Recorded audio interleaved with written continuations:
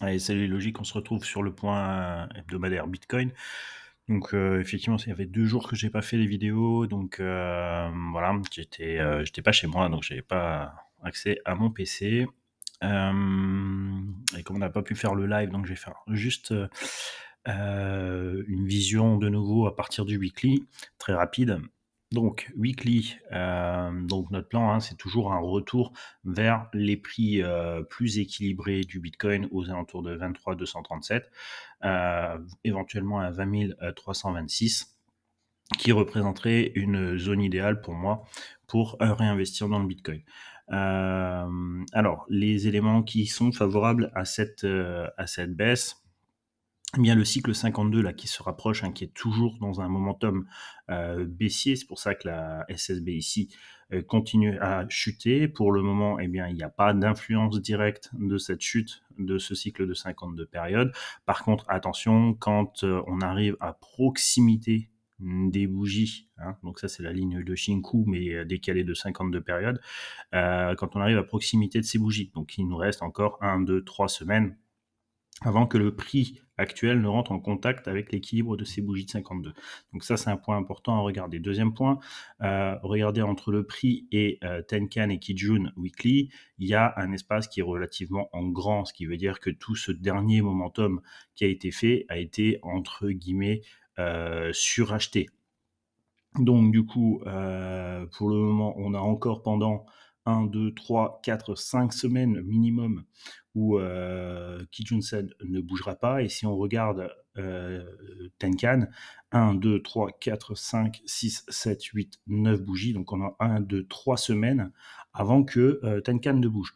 Ça veut dire quoi? Ça veut dire que pendant 3 semaines, il n'y aura aucun déséquilibre. Bien sûr, si à part le momentum présent, hein, qui pourrait éventuellement pousser. Pendant 3 semaines, eh bien, on n'aura aucun mouvement des cycles, passifs.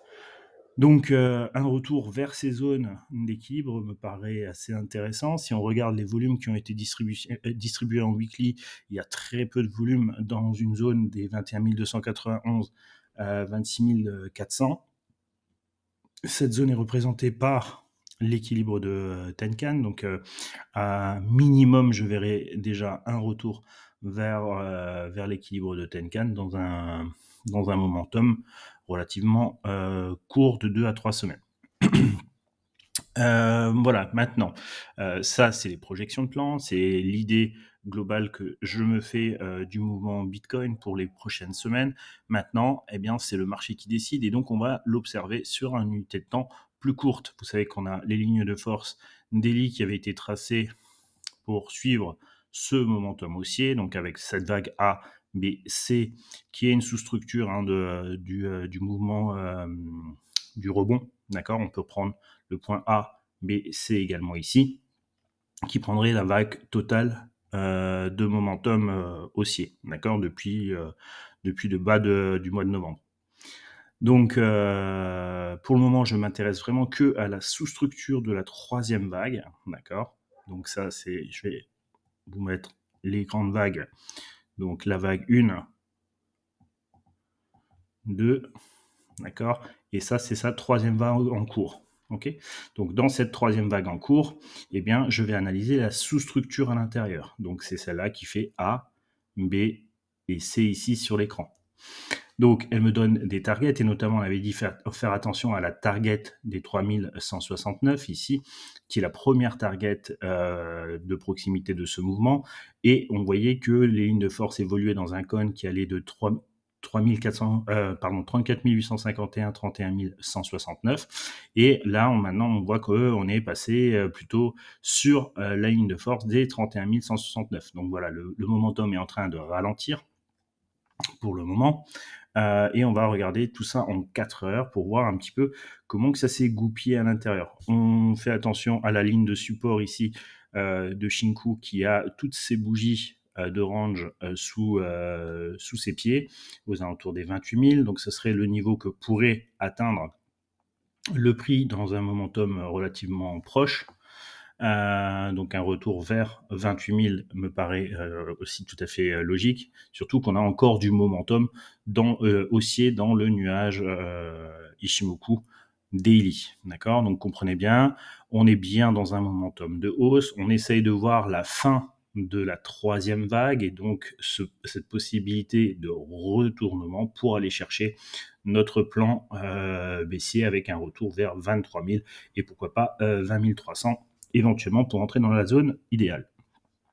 Donc voilà, voilà ce qu'on est en train d'observer.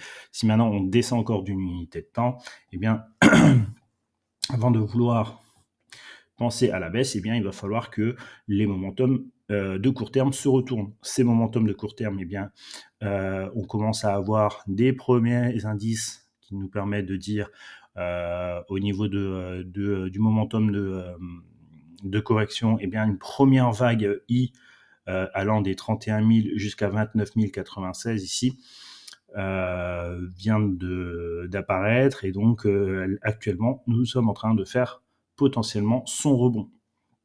D'accord, donc nous avons, j'ai tracé ici les lignes de correction prédictives, hein, donc on s'attendait à une correction qui pouvait aller atteindre 29 343, hein, je rappelle, c'est on trace par rapport à l'extrême, on trace 26 périodes et on vient tracer les bornes du nuage de la SSA à la SSB qui est ici. Donc voilà, donc c'était plutôt pas mal. On est bien revenu chercher la zone idéale, puis ensuite on a rebondi, d'accord?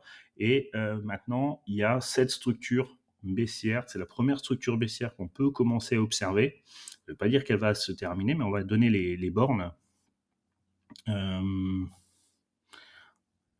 A, B, C, d'accord? Donc on essaye de voir quand est-ce que la troisième vague peut se terminer et où elle peut se terminer, d'accord? Donc quand et où.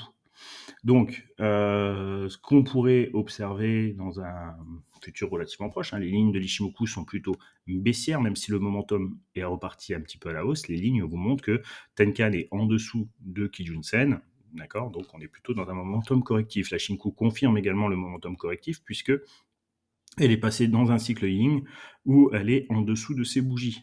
D'accord? Donc, ce sera plutôt cette structure baissière que je favoriserai dans les prochains temps. Par contre, vous voyez qu'on peut encore monter jusqu'au 21 avril, 22 heures. C'est pas un souci. D'accord? On pourrait encore éventuellement monter. En tout cas, on va suivre l'influence de ces lignes de force. D'accord?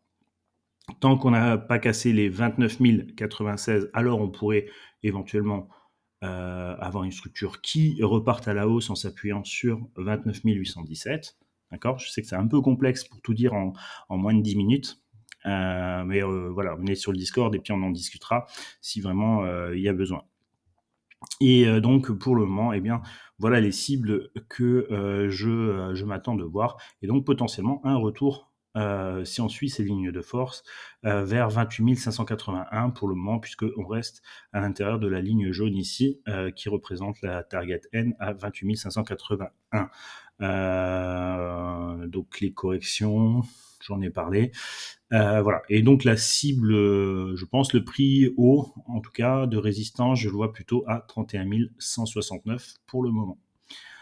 On validera le point C pour le moment, c'est un point C hypothétique, c'est-à-dire qu'on peut encore aller plus haut, à moins de casser 29 096. Dans ce cas-là, on n'aura plus le droit de dépasser 30 484. D'accord? Donc voilà. Voilà, je vous dis à la prochaine vidéo qui sera certainement plus courte, où on reprendra un peu plus le détail du momentum présent. Voilà, je vous dis à la prochaine vidéo. Salut, salut!